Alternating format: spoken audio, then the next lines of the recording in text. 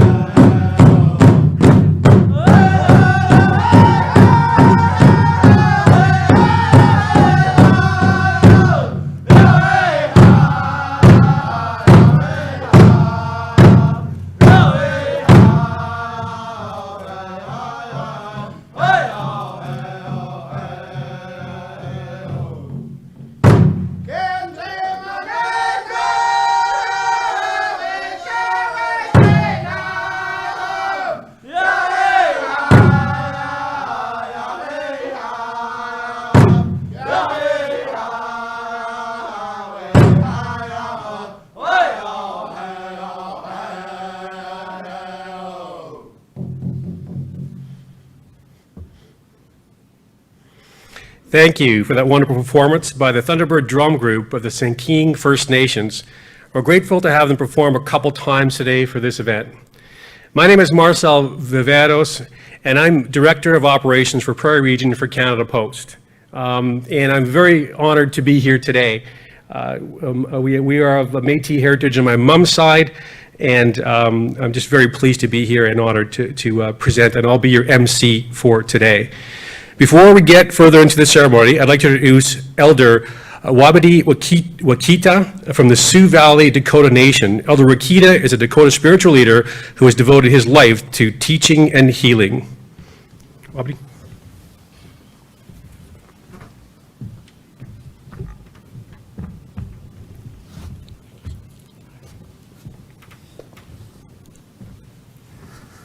Thank you.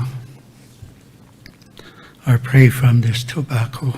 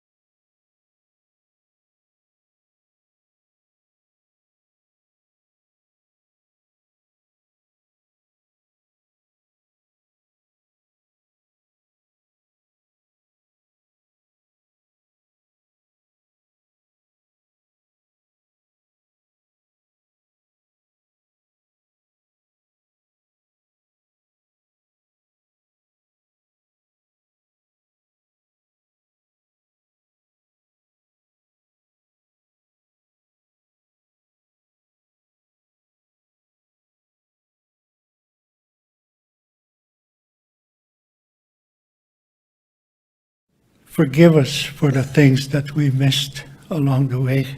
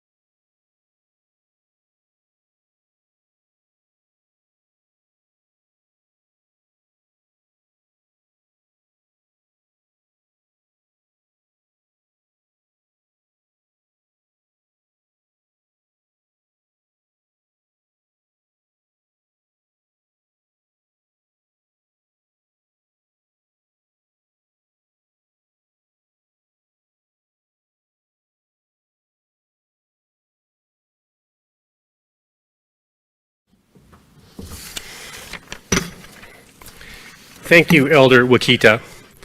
The land beneath us, where this museum is situated, is Indigenous ancestral land. We are on Treaty 1 territory, crossroads of the Anishinaabe, Anishinaabe, Anishinaabe, Dean, and Dakota peoples. The Red River is also the birthplace of the Métis. We acknowledge our Inuit relatives in the north and our ancestral lands they all come from. We also acknowledge the water in this museum is sourced from and cared for by the Shoal, Lake 39, and 40 First Nations. Our hydroelectricity is generated by waterways in the north of Treaty 5 lands and from the Winnipeg River in Treaty 3.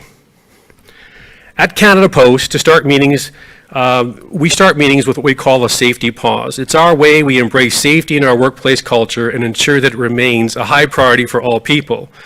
For today's safety pause, I think everyone has noticed that the days are getting shorter and the sun is setting earlier, which will come throughout the rest of fall. And with no snow on the ground to provide any reflection, the evenings can get very dark in this time of year.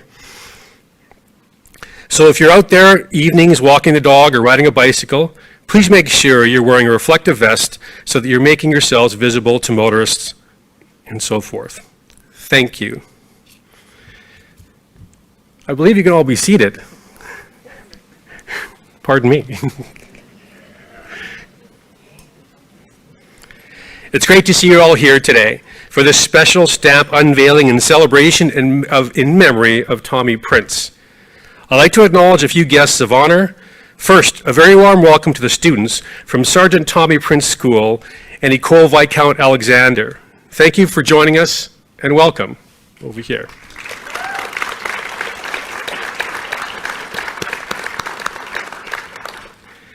I'd also like to extend a warm welcome to Major Christopher Hartwick and Officer Sheldon Quinn of the 2nd Battalion Princess Patricia Canadian Light Infantry. Right here. And a number of war veterans here today. Melvin Swan, Robert Oulet, Winston Watney, Mike Hawkins, Ken Saunders, Jerry Woodhouse, Calvin Pampana, and Horace Mason. And indeed, everyone here today, welcome to you all.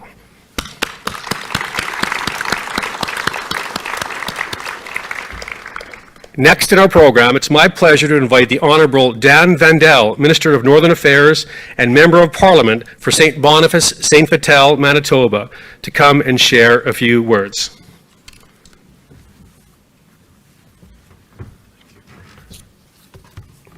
Thank you so much.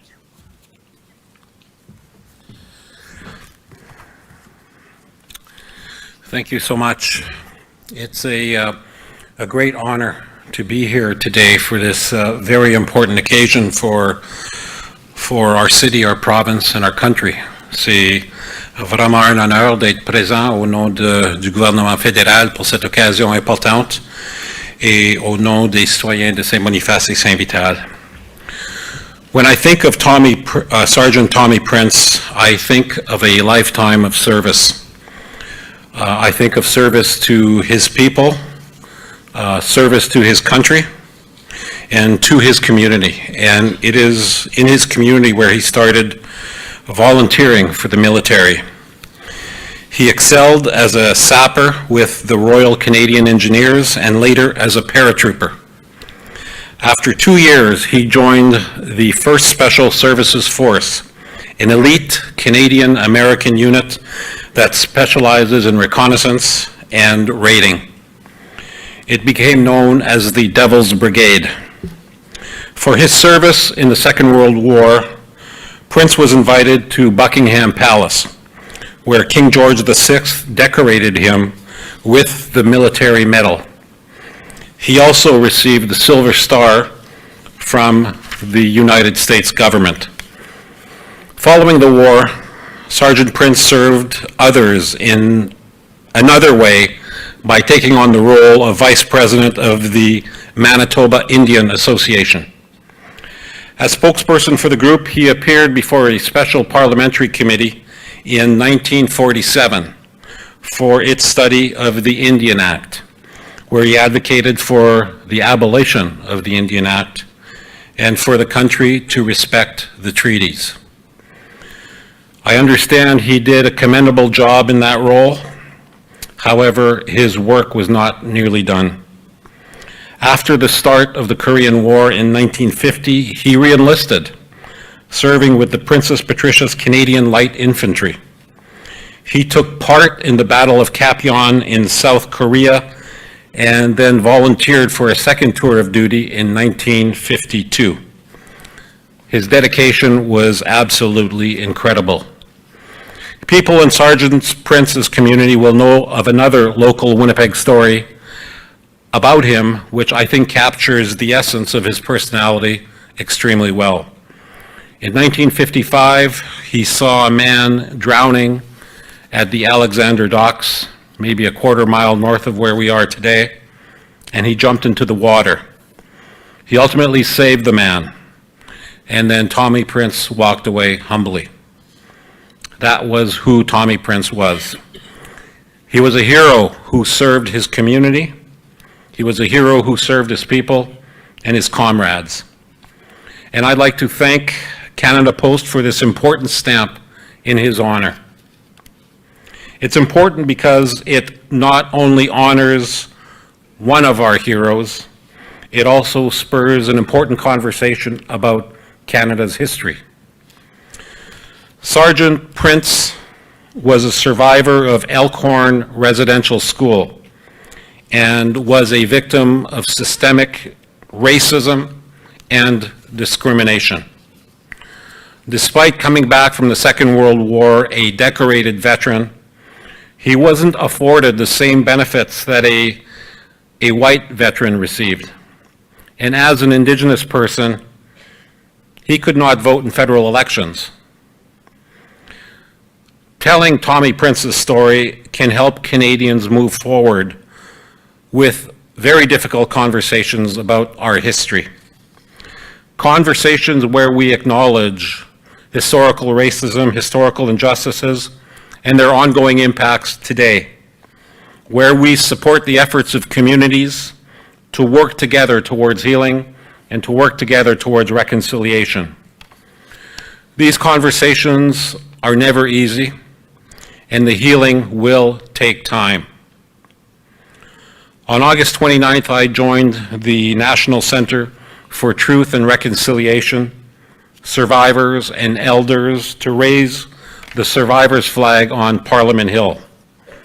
The flag honors survivors, their families, their communities, whose lives were forever changed, and those who never came home.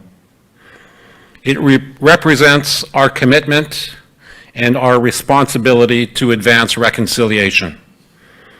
And annually, Canada's National Day for Truth and Reconciliation reminds us that advancing reconciliation is a collective responsibility. It involves every one of us. It involves every order of government. It involves every organization, including the private sector. Together, we will build a brighter future and a more just future for Indigenous peoples and for all Canadians. On behalf of the Government of Canada, I'd like to thank Canada Post for this very important stamp and for once again telling Tommy Prince's story as a Canadian hero. Merci beaucoup, miigwech. Thank you very much.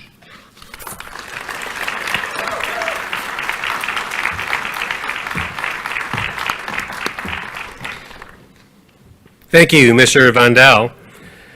I'd like to introduce Chief Gordon Bluesky of the Broken Head Ojibwe Nation and chairperson and spokesperson of Treaty 1 Nations. Chief Bluesky has tremendous experience in lands governance, resource management, and negotiations. He was recognized by the National Aboriginal Lands Managers Association in 2016 for his contributions and influence in the field of land management. A warm welcome to Chief Bluesky, who will share his remarks.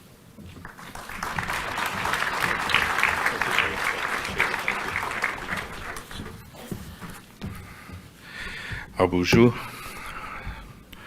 Wasagijik Dishin Kaz Makanak Dodam, Waskanabe Wizibing Unji. I'm here on behalf of my nation to share the story of Sergeant Tommy Prince. A lot of it's going to sound familiar given our MP Vandal's presentation, but again, just wanted to acknowledge a few things prior to getting into this. Obviously our drum and the opening prayer as well. I just came from a ceremony we had at the University of Winnipeg where we wrote, we put the Treaty 1 flag up at the University of Winnipeg, and I keep reminding myself and I keep talking with my other colleagues about how I feel like I've been put into this position at a very timely and very fortunate for me, where I'm taking part of a lot of historical undertakings and acknowledgements, and there's just been a tremendous amount of things that I've done at the beginning of my tenure, not only as Chief of Brokenhead, but also as a Treaty 1 spokesperson. So I'd like to acknowledge that as well before getting into my more formal speech. I've wanted to acknowledge also all of our current military personnel that we have serving our country, not just our country in Canada, but also our relatives in the U.S. You know, it takes a lot of courage, and I got to remind everyone here that Sergeant Tommy enlisted in a time where he wasn't forced to enlist. He wasn't forced to be a part of the military action that was being taken overseas. He joined voluntarily, as many of our Aboriginal soldiers did then and still do today. Being a Treaty First Nations person in our land, we are exempted from any sort of call to duty when it comes to wartime. So again, that makes his story a lot more impactful if you think about the things that he must have seen. I mean, we've seen a lot of movies, you know, we see a lot of things that happen across the seas during that time when we call it the World War, the Great Wars. But to be there in that action, to see what was happening there, I can only imagine what a person like Sergeant Tommy had to endure, carrying the traumatic, the PTSD that he already had from attending residential school, and just from the systematic racism that he had to endure even prior to going in. So that's a lot to be carrying, and then also to be going into that role and then leading battalions into war. Again, the story is just, it's very close to me, and I know it is for our people and our school and our colleagues, but you know, I just feel like that story needs to be told. You know, I've been looking at the Hollywood, and I've been seeing all these, you know, Superman 14 and Spider-Man 8 and so on, and I just think, when are they going to start telling real stories about people like Sergeant Tommy Prince? You know, and start to tell the stories that I believe reflect the true history of our land here at Mikanakaki, our Turtle Island, and start to share those types of stories. Because I think those stories are important. I think when you look at the world stage, I think this story of Sergeant Tommy Prince deserves to be at the world stage, the world level. So I know Tommy Prince Jr. here is working on that, and again, I acknowledge that. So, you know, as the Chief of Brokenhead, it is a great honor to be speaking here today on behalf of my community about our military icon, Sergeant Tommy Prince. He's from our nation, and we're here to celebrate the release of the special stamping in his honor.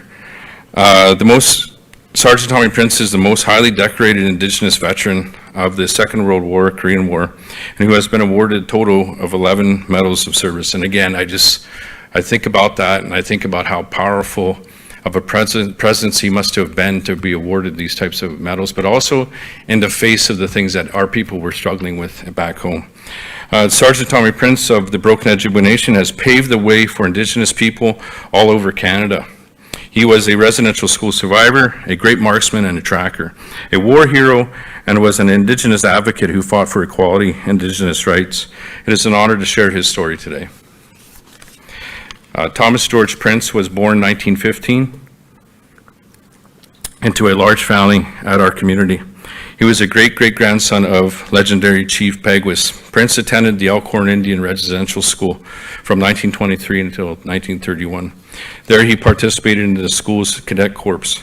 As a young man, he supported his family and community as a hunter, trapper, and farm laborer, earning a reputation as a good, honest, hard-working man. Sergeant Tommy Prince was enlisted into the Canadian Army on June 3rd, 1940. Prince was assigned to the 1st Field Park Company of the Royal Canadian Engineers. 2 years later, Tommy Prince was a sergeant with the Canadian Parachute Battalion. Sergeant Tommy Prince distinguished himself with the 1st Special Service Force in Italy and France by using the skills and teachings he learned growing up into the Broken Ojibwe Nation. The summer of 1944 in France, Tommy Prince endured a grueling trek across the rugged terrain to locate an enemy camp. He traveled without food or water for 72 hours. He returned into the Allied position and led his brigade to the German encampment, resulting in the capture of more than 1,000 soldiers. This goes to show his dedication and willpower. Again, I look back and I think about that time, and even if you just look at it from the Hollywood perspective and just think about what it took to do that as an individual, and I think to myself, do we have that still in our communities? Do we still have that grit? After the long battle in France, Sergeant Tommy Prince would be honored by King George VI with presenting Prince with the Military Medal for exceptional bravery in the field and in Italy, and on behalf of the American President, the Silver Star with a ribbon for his gallantry in action in France. He would also receive the 1939-1945 Star, the Italy Star, the France and German Star, the Defense Medal, the Canadian Volunteer Service Medal with clasp, and the War Medal. Sergeant Tommy Prince was one of 59 Canadians who were awarded the Silver Star during the Second World War, only 3 of whom also possessed a military medal. He was then honorably discharged on June 15th, 1945, and returned home. Again, I think, as Mr. Vandal pointed out, he faced a lot of racism from the Canadian government, and as an Indigenous man, Prince was not allowed to vote in the federal election in spite of his wartime service, and was refused the same benefits as other Canadian veterans. After facing racism, Prince decided to start his own business in which he would serve as the spokesperson for the Manitoba Indian Association, where he would then seek to influence the federal government to change the Indian Act and to urge Aboriginal people to make a special appeal to King George. Sergeant Tommy Prince then enlisted into the Canadian military in 1950 and served with the 2nd and 3rd Battalions in Korea. Much of his service there was spent on the front lines and in enemy territory. He was recognized for his scouting abilities, his leadership of Snatch Patrol, and heading a sniper unit. He fought with his unit at the Battle of Kapyong, for which the unit was awarded the Presidential Unit Citation. It's important to recognize the Kapyong. As some of you might know, I'm the spokesperson for the Treaty 1 communities. One of our main projects that we're working on right now is the Kapyong Barracks.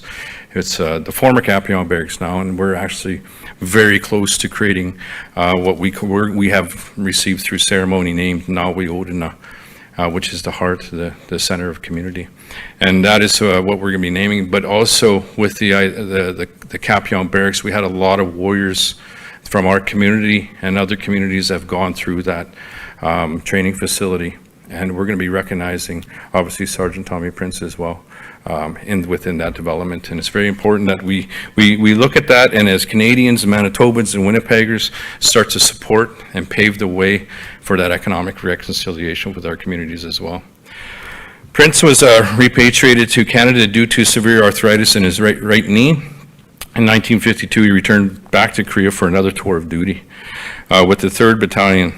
On one occasion, he carried an injured comrade back to camp while suffering from a severe wound in the knee. Prince underwent surgery for his knee, but was not treated for the psychological damage of the war and residential school that had finally affected him toward the end of his last tour in Korea. Today, he is sure that Prince suffered post-traumatic stress disorder. He was discharged from the service with a small pension in 1953. Once home in Canada, Sergeant Tommy Prince dedicated himself to attaining increased educational and economic opportunities for Indigenous people, which we benefit from today. We honor his work in attaining increased educational opportunities for Indigenous people by naming our school in Brokenhead, as you referenced. Some of our students are here today. We've renamed our school in Sergeant Tommy Prince School in Brokenhead. He is remembered for his resilience and his strength and his fight for equality and Indigenous rights. As Chief of the Broken Ojibwe Nation, it is of great honor to be able to tell the great story of Sergeant Tommy Prince of Broken Ojibwe Nation. But before I leave, I'd like to take this time to have a moment of silence in his honor, to honor our Sergeant Tommy Prince. Do that.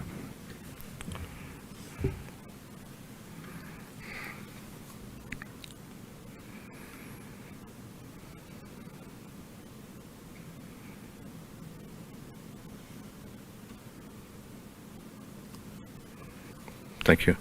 Miigwech.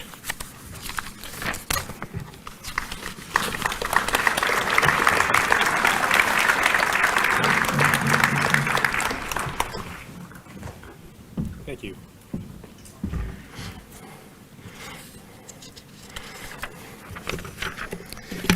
Thank you, Chief Blue Sky.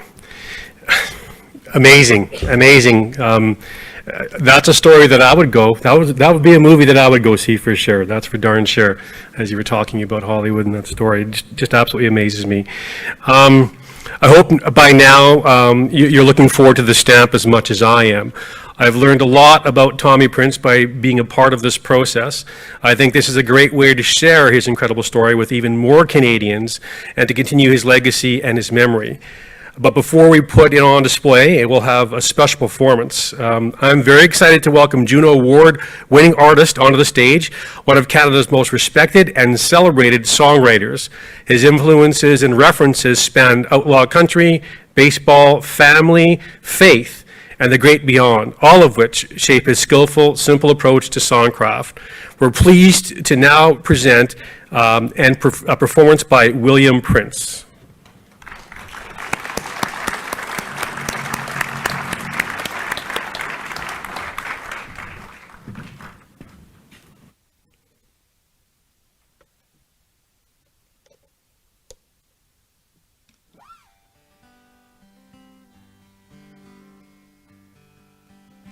Truly a pleasure to be with you all here. I'm a representative of the Peguis First Nation as well. And Peguis, my family, Prince family from there, and those in Scanterbury, we've always been close and connected, and it's nice to be in a room full of cousins and family celebrating a milestone and a great achievement. And I thought it'd be appropriate to sing this Buffy St. Marie song for you today.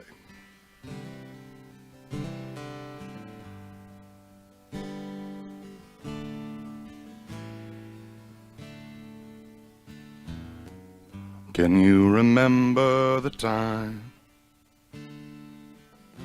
that you have held your head high and told all your friends of your Indian claim? Proud, good lady, and proud, good man, some great-great-grandfather from Indian blood sprang, and you feel you're a part of these ones. Oh, it's written in books and in songs. We've been mistreated and wronged. Over and over I hear those same words from you, good lady, from you, good man. Well, listen to me if you care where we stand and you feel you're a part of these ones. When a war between nations is lost, the loser we know pays the cost.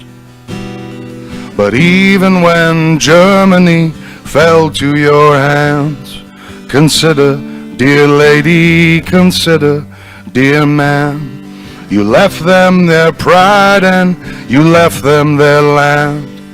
And what have you done to these ones? Has a change come about, my dear man? Are you still taking our lands? The treaty forever George Washington signed.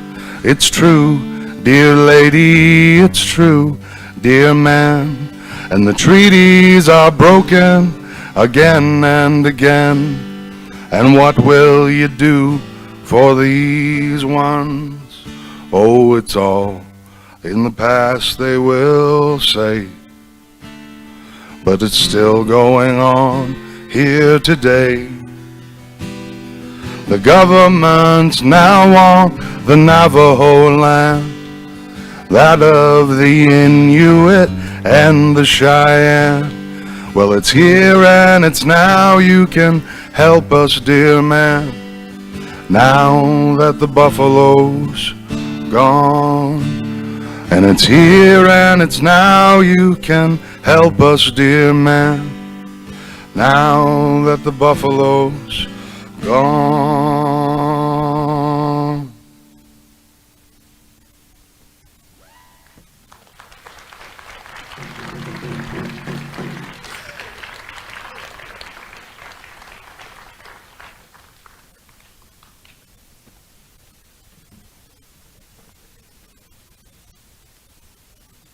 It's interesting how a song can represent the past and the future, so right in the heart, you know. And I had the honor of singing that song for Buffy just a few weeks ago, and just felt like the right thing to share today. And I think of the past, and then it leads me to a song that I have called Seven, that's focused on the 7 sacred teachings, 7 sacred grandfather teachings. And while there's a lot of pain and hardship in the First Nations history, I think it's our resilience and our humor, it's our families and our children that lift us up and keep us going and moving forward. And days like today, you know, steps towards a better understanding of one another that truly make up the foundation of what we call reconciliation. And I'm happy to be here as a relative, and well, just as a First Nations person, always willing to learn and to contribute in any way that I can. And thank you so much to everybody here for having me today, and to the singers and everybody from Scanterbury and Tommy Prince Jr. Thank you so very much.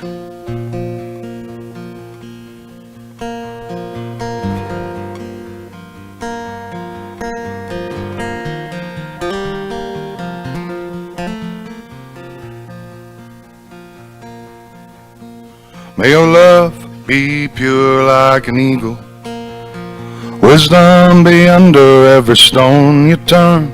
Let truth be a key to freedom and bind you to the path that holds the light. We're the reason that there's 7 sins and teachings. Each one can wait the other out. Life is 2 wolves, good and evil, who you feeding? Tell me, are you in or are you out? Oh, be honest and honor each other. Don't make a promise that you'll have to break. Have forgiveness when there's only hatred. Stand up for good, for goodness sake. And may your mind be vast like the ocean. Salvage the lesson from each storm you survive, and let honesty lead you across the sea. Forever keep you on the current that carries the light. 'Cause in this world that's growing older faster, humility will keep your spirit young. When you're looking far into the future, don't forget how far you've already come. Woohoo! Woohoo! Woohoo! Woohoo! Woohoo! May your strength be abundant, everlasting. Joy bring peace to your life. Surrender your heart to the 7. Keep to the path that holds the light. Let respect be the law by which you're driven. 'Cause respect, it gets earned, it ain't given. To our brothers and sisters, born with 2 spirits, May we find the courage to reconcile. 'Cause in this world that's growing older faster, humility will keep your spirit young. When you're looking far into the future, don't forget how far you've already come. Woo-hoo, woo-hoo, woo-hoo, woo-hoo, woo-hoo, woo-hoo, woo-hoo, woo-hoo, woo-hoo, woo-hoo. May your love be pure like an eagle, wisdom be under every stone you turn. Let truth be a key to freedom and bind you to the path that holds, to the path that holds, to the path that holds the light. Thank you, everyone.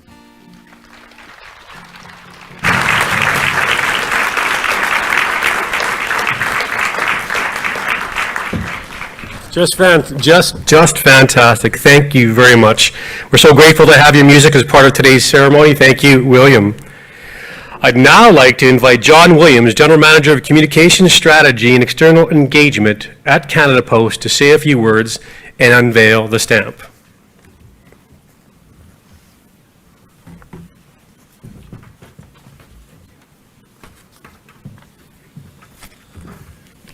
Merci Marcel. Bonjour tout le monde. Good afternoon, everyone. Thank you for joining us today. And thank you, William Prince, for that touching performance. That was absolutely incredible. Just late last year, we had the honor of honoring Buffy St. Marie at a special event with a stamp of her own. And I can tell you her energy and her passion and her spirit touched everyone that day. But we're here today to unveil a special stamp. But of course, whenever we do this, we're here to do much more than that. We're here to honor and remember an incredible person who lived a remarkable life, a person who gave so much for his country and his people. Tommy Prince was a proud member of the Broken Head Ojibwe Nation. He was a father and a hunter, a courageous and decorated soldier, and a devoted Anishinaabe advocate. We are so honored to be able to tell Sergeant Prince's story here today and to remember him through our stamp program. At Canada Post, our iconic stamp program tells stories about the people, places, and events that make us who we are and who we are as a country. And stories like Sergeant Prince's are so important to our collective knowledge and awareness of our history, as you've heard today. Sergeant Prince dedicated himself to military service and to his community. He also spoke out on behalf of his people and was not afraid to vocalize right from wrong. His life also speaks volumes about the injustice that Indigenous veterans faced in our history. It is part of Canada's history that we need to talk about more and to share more, especially for young people like the students here today, and I hope you're enjoying being here, and we thank you so much for taking time out of your learnings to be here with us. Here was a decorated war veteran who had honorably served his country, and yet he still experienced the harms of racism, discrimination, and our colonial past. It was an affront to his service as a soldier and the pride he took in his Ojibwe heritage. And of course, Tommy Prince wasn't alone in this. It's estimated that more than 12,000 Indigenous people volunteered for service in the First World War, Second World War, and the Korean War. It's for this reason we commemorate Indigenous Veterans Day on November 8th, and remember not just their bravery in battle, but the struggles they faced here back in the country that they served. It's a day we take to remember people like Tommy Prince and the important contributions made by First Nations, Inuit, and Métis veterans in their service to Canadians past and present.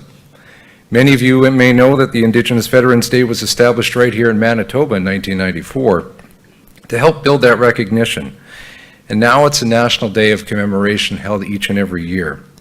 So on November 8th, please find a local cenotaph or just a place that has a special meaning to you, and take a moment to remember our Indigenous men and women who served and reflect on how they were treated by the country once they came home.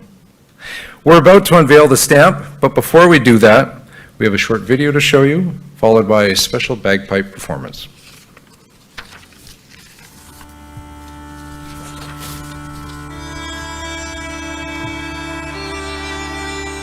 Our deceased father, as everyone knows, attended a residential school. That's where he first put on a uniform, a cadet uniform.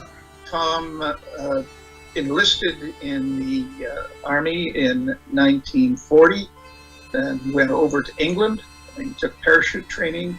He volunteered for the 1st Special Services Force, which is a joint Canadian-American unit that trained in Montana in some very special fighting modes.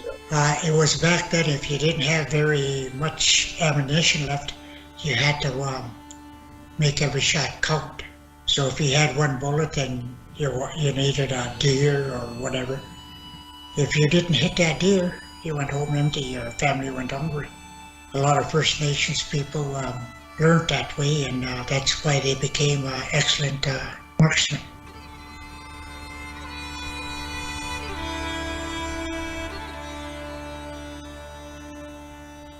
Tom received a military medal for his courage in a battle where he was acting as a spotter for the artillery.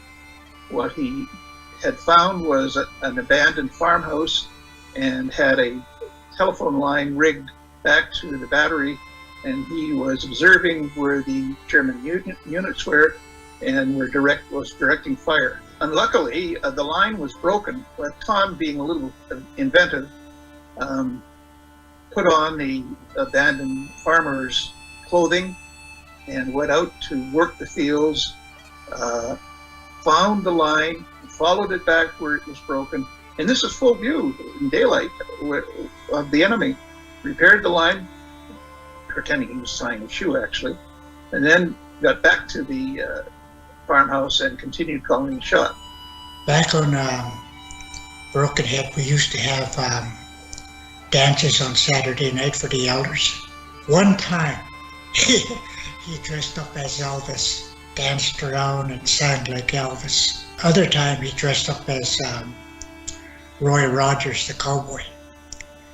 So he got a lot of laughs from everyone, and he was a very, very proud person. He never, ever denied that he was an Indian. He never tried it on, even if it meant getting into a beer parlor. He was fiercely proud of what his people were doing.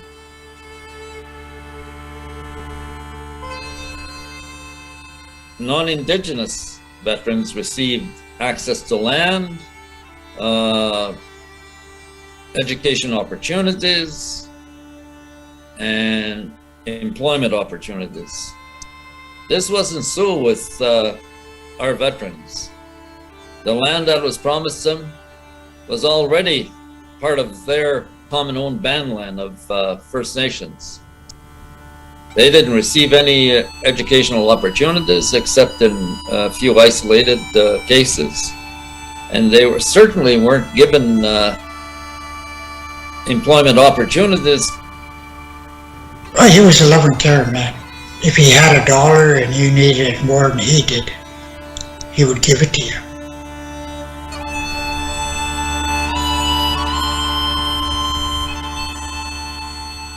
And he took on the invitation to be a spokesman for our people, and he did a commendable job. And so it's a testament to his willingness to serve our people in the country in very diverse ways.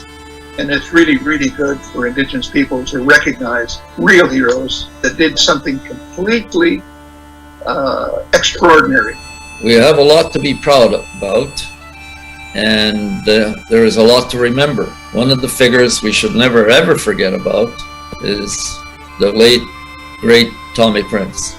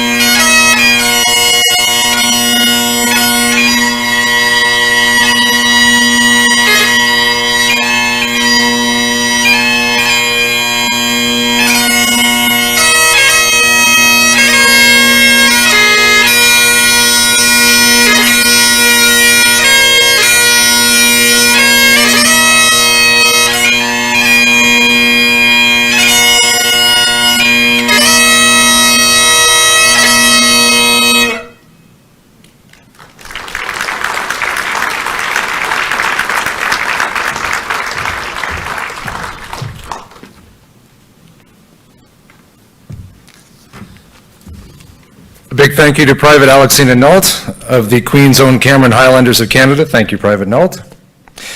Now, on behalf of Canada Post, it's my honor to officially unveil this stamp in memory and in celebration of Tommy Prince.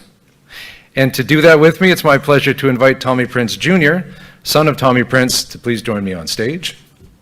We'll unveil the stamp, which will be followed by a short performance by the Warriors Drum Group of the Winnipeg Rifles. Following that, Tommy Prince Jr. will share some remarks.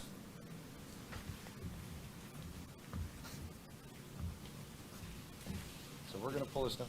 Should we do a count of three? One.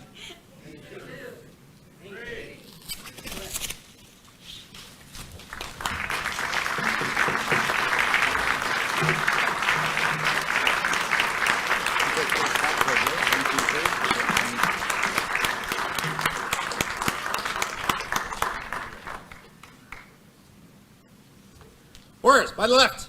Quick! March!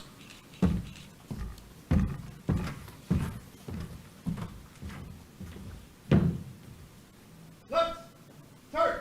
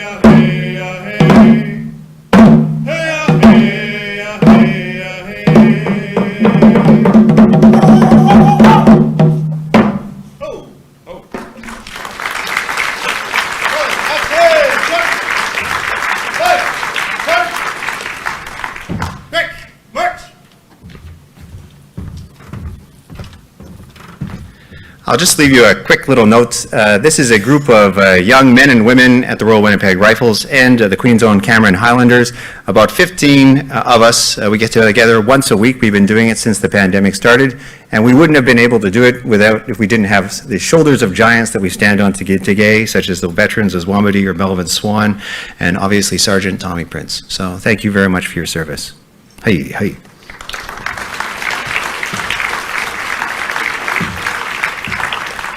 And now, please help me welcome back to the stage Tommy Prince Jr.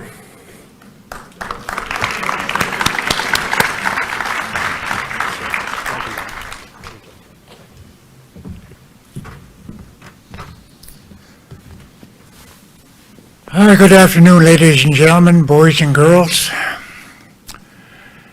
elders, dignitaries, veterans, PBSLI, Winnipeg Rifles. I'd like to thank you all for being here on this special day. The Prince family would like to send out a special thank you to Canada Post and to everyone involved in making this day possible. As mentioned earlier, my father was a caring, loving man. He loved his family. He and I would go out and visit his mother, his brothers, and his sisters. We would also go visit my mother and my sisters when possible. As I mentioned earlier, if he had $1 in his pocket and you needed it more than he did, he would gladly give it to you.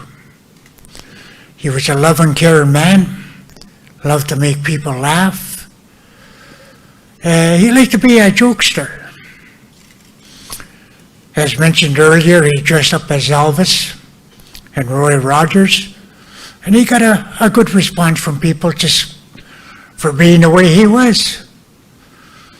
And like I say, he was a loving, caring man. He liked to make people laugh and happy. He also loved his battalion that he served under, which was Devil's Brigade, 2nd Battalion, PBSLI. And he received the medals at, which was very outstanding for him. And with that, I would just like to say thank you to everyone here today for making this day special and honoring my deceased father. Miigwech, thank you.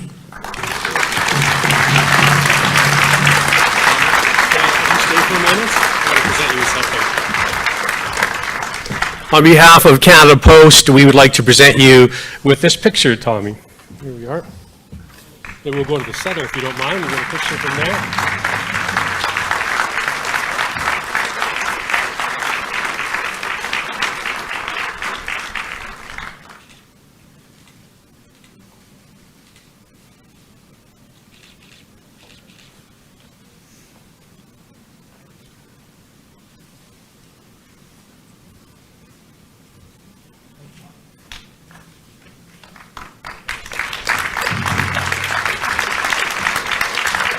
Once again, special thank you to Canada Post. Thank you all.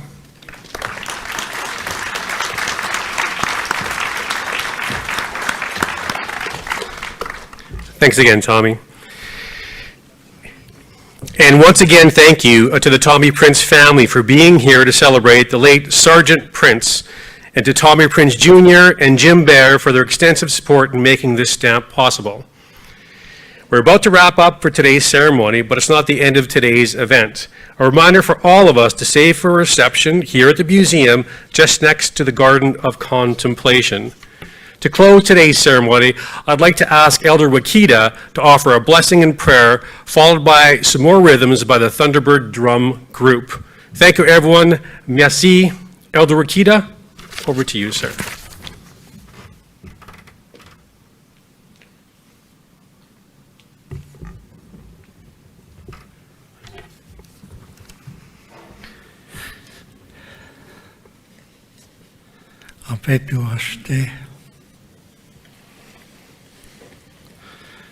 It's a good day to